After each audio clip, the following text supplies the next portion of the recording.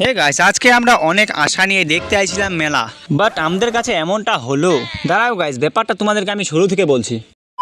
আজকে বাড়ির দিকের আমাদের ভিউটা খুবই গাইস সুন্দর ছিল, তাই আমরা আর আমাদের বন্ধুগুলো সব মিলে এই ঠান্ডা ঠান্ডা ভিউটার হালকা করে মজা নিচ্ছিলাম। আর তখনই আমার বন্ধুরা বাইরে কোথাও যাওয়ার জন্য বাইক নিয়ে আসে, তো বলে কি যাবি নাকি ঘুরতে। তো গাইস ঘোরার পাশে তো আমি আগে এটা জানোই তোমরা। আর তখনই গাইস ঘুরতে যাওয়ার জন্য বাইকটাতে বসলাম কি না, আর তখনই আমাদের কিসমতটা আমাদের দিকে একটুও গাইস সাথ দিল না। বাইকটা কি যে খারাপই চলে আসলো বাইকের মধ্যে। তারপর এই জায়গায় 1.5-2 ঘন্টা টাইম কাটানোর পর বাইকটা গাইস ঠিক করে আমরা যাচ্ছিলাম আলকে মেলার দিকে ঘুরতে। আর এই সুন্দর ভিউটা গাইস দেখে যাচ্ছিলাম কিনা, তখনই আমাদের দর্শন হয়ে যায় ছোটে ছোটে पैर वाले इंसान से। তারপর ফাইনালি গাইস আমরা মেলা পৌঁছায় যাই, কিন্তু মেলাতে আসে দেখি কি মেলা এখনো ঠিক মতো লাগাইনি। আরো বলে 5 থেকে 6 দিন পর মেলা স্টার্ট হবে।